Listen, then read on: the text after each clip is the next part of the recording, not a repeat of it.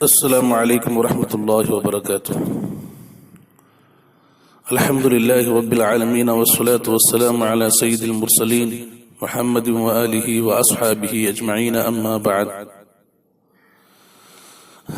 محترم سامعین کرام، دعاؤں کا سلسلہ چل رہا ہے۔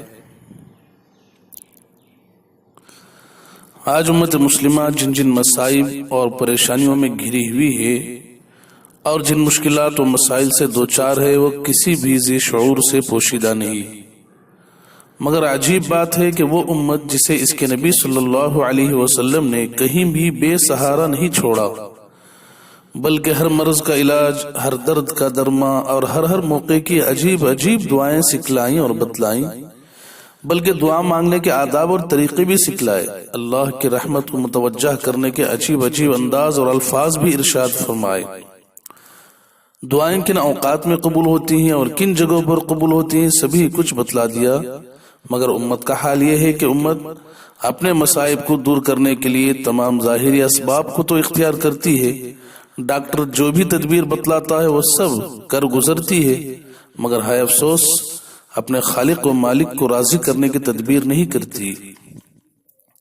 پس جب پاور ہاؤس سے کنیکشن کٹا ہو تو صرف درمیان کے تار جوڑنے سے کیسے کرنٹ آ سکتا ہے، اور پھر گھر میں لائٹ کہاں سے آ سکتی ہے، ظلمتیں اور اندھیریاں کہاں سے دور ہو سکتی ہیں۔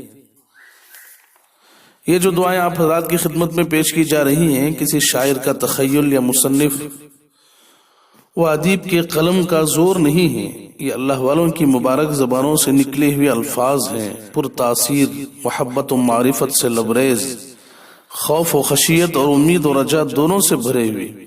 اللہ والوں کی یہ اہم اور قیمتی دعائیں مختلف کتابوں میں منتشر تھیں۔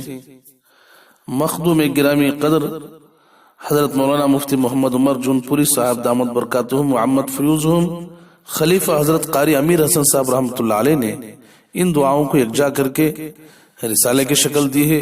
اسی رسالے سے موقع بموقع آپ حضرات کی خدمت میں دعائیں پیش کی جا رہی ہیں۔ آج جس دعا کو آپ حضرات کے سامنے پیش کرنا ہے وہ بہت اہم ہے، قید سے رہائی کی دعا۔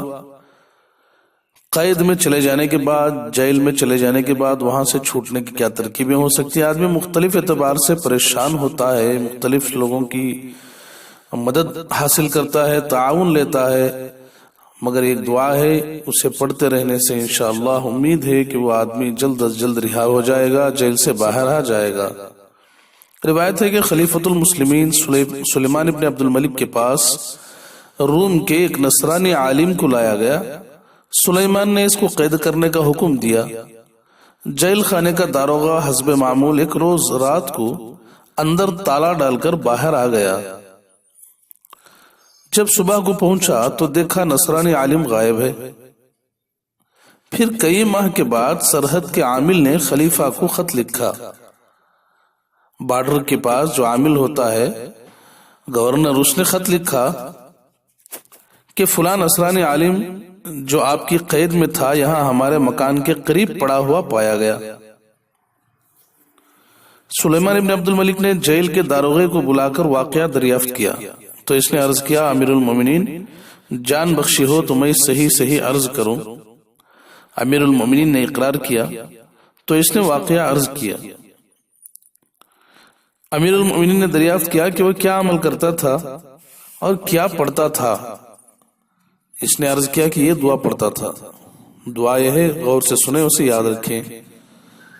یا من یکتفی من خلقہ جمیعا ولا یکتفی منہ احد من خلقہ یا احد من لا احد لہ انقطع الرجاء الا منک اغثنی اغثنی اغثنی، جس کا ترجمہ ہے کہ اے وہ اللہ جو اپنی ساری مخلوق کے لیے کافی ہوتا ہے اور اس کے لیے اس کی مخلوق میں سے کوئی کافی نہیں ہو سکتا، اے وہ یکتا و تنہا پروردگار، امیدیں ٹوٹ گئی ہیں مگر صرف آپ سے، میری مدد فرما، میری مدد فرما، میری مدد فرما۔ سلیمان نے کہا انہی کلمات کی برکت سے اس کو نجات ملی۔ وظائف نبوی صلی اللہ علیہ وسلم، صفحہ نمبر 111۔ اللہ تعالیٰ سے دعا ہے کہ اللہ تعالیٰ ہمیں اس پر عمل کرنے کی اور اس سے فائدہ اٹھانے کی توفیق نصیب فرمائے۔ وآخر دعوانا الحمد للہ رب العالمین.